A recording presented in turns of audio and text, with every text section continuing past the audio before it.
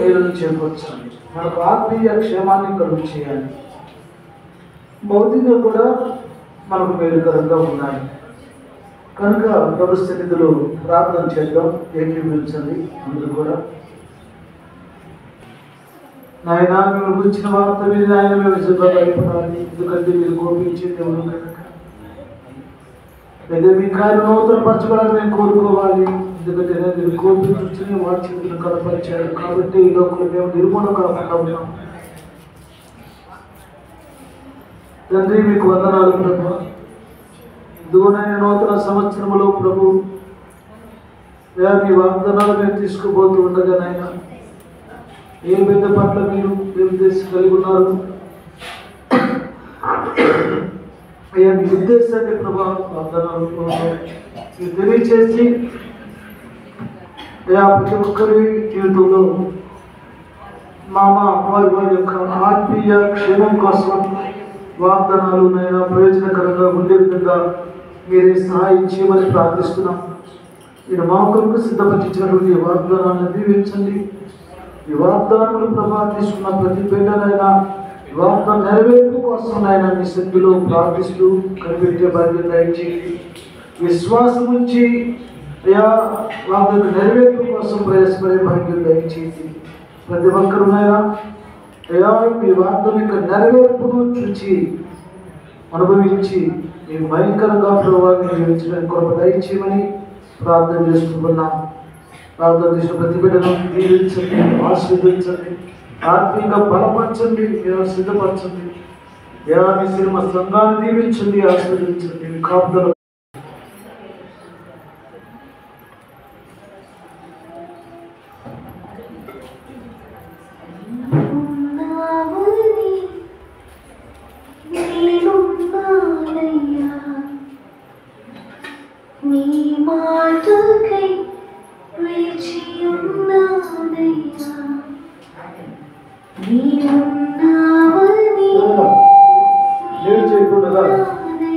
తీసుకుని తర్వాత మనం